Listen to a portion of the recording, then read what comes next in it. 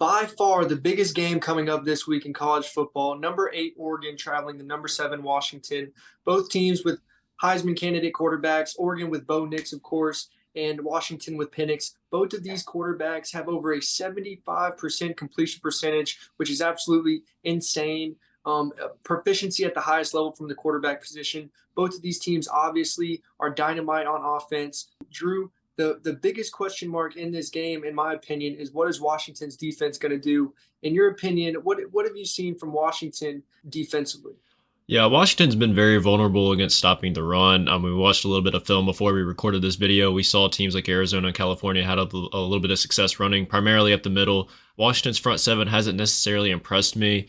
I think their secondary is okay, but I mean, you're about to go up against an Oregon team with NFL talent across the offensive line and a staple of NFL running backs. And then let's not forget what Bo Nix can do with his legs. I mean, we all know what these quarterbacks are capable of doing, but Bo Nix is very dangerous when he gets moving around. And we saw times where they would play a team like Arizona or California who doesn't have as mobile of a quarterback doing some damage with their legs.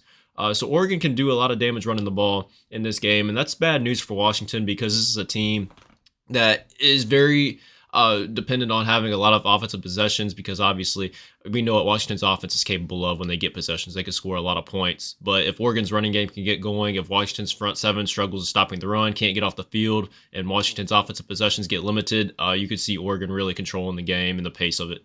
Yeah, Drew, and Oregon has one of the best running back tandems in college football with Bucky Irving and Noah Whittington. Noah Whittington did not play in their last game. I assume that he's going to play in this one, but even if not, they got another guy last name Jones. He was a dog, but Bucky Irving is really the staple of that running back room, and they will not hesitate to lean on him. He's a one-cut back with some explosive power.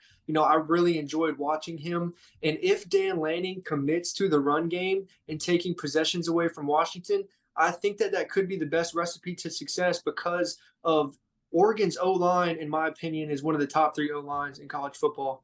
I mean, watching them block the run, it's exquisite. It almost doesn't matter who the running back is, but having Bucky Irving, is just another plus. If they commit to the run game, I think it could be a problem. And also, you mentioned Bo Nix and his ability to scramble.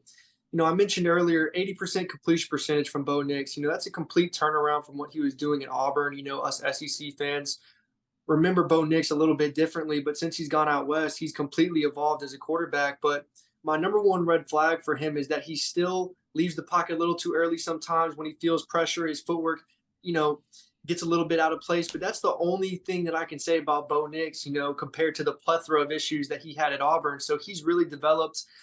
You know, they have a lot of weapons too. They love to give it to their tight end in the red zone. I think that this Oregon team under Dan Lanning is the best they've been in a couple years. Yeah, and I absolutely love Dan Lanning, and he's done a terrific job with where he's progressed Oregon to in his second year. And he's not the only guy who's done this. And primarily, we talk about this a lot too, how defensive-minded coaches are able to get the most out of their players and get them ready for these kinds of games. We all know the viral video that Dan Lanning had before they played Colorado. There's no secret. Dan Lanning's going to have his guys ready to go. This is a revenge game for Oregon. They lost 37-34 against Washington last year. There's a lot at stake here. And I can tell you right now that this team's going to rally behind Dan Lanning. And the defense is so much more improved, I think, than where they were a year ago. They're currently a top 10 defense right now. Now, keep in mind, this is going to be the best offense they faced by far. But if I'm going to trust anyone to get the job done against a high, heavy-powered offense, Dan Lanning would be up there. I think Oregon's going to be able to really control the ground game, as mentioned before. I think they're going to limit Washington's possessions. And even when they do go on defense, I do expect Oregon to get a couple stops, maybe force some turnovers. Oregon's front seven's really solid. They can get pressure. I don't know how much Michael Penix has had to deal with a lot of pressure. The ball is coming out of his hands very quickly. If Oregon gets some pressure on him, though, and win a possession or two off turnovers, I think it's going to be a game that favors Oregon. And I know Washington's 3-point favorites right now. As I'm talking, I'm pretty sure a lot of you guys can probably assume I'm leaning towards Oregon. I'm not saying that Washington can't win this game. But overall, I think Oregon's a little more well-rounded. I know Washington might have the offensive advantage, but give me Oregon in the defense. I just trust that defense more than I trust what I trust Oregon's defense more than I trust Washington's defense.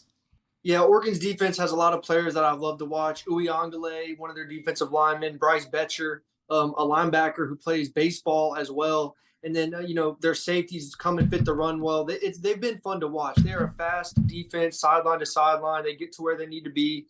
With that said, I've seen some holes the biggest concern for me is watching that Texas Tech versus Oregon game. Mhm. Texas Tech's a good team, but they were able to throw the ball on Oregon. The run game wasn't there as much. The defense did a good job stopping that, but through the air, that Texas Tech team was getting it done. And that's a big cause for concern for me in this game. And, also the point spread only being 3 points makes me think that, this is obviously a pick 'em game. You get 3 points for being the home field advantage.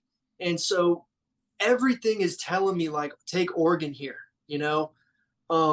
With that being said, Washington won last year 37-34. Penix threw for 400 yards and 2 touchdowns. I mean, like I just said, everything's telling me to go Oregon. I've liked watching their defense. I think they've improved 6 total defense. With that being said, they haven't played anybody. I'm going to have to go Washington here. I think a lot of people think Oregon's going to win. Oregon's a team with a bigger name. A lot of more people have been talking about them. And, I just think Washington gets it done at home. Well, there you guys have it. That's our Oregon and Washington preview and prediction. Be sure to leave a thumbs up as always. It helps the channel out tremendously. And if you could subscribe and hit the notification bell if you're new to the channel. Also, another thing that helps us out tremendously. And be sure to leave down below in the comment section what you guys think is going to happen in this game. Let us know some things that we probably missed talking about and some things that could be some key factors in this game. But that's going to do it, guys. We'll see you in the next one.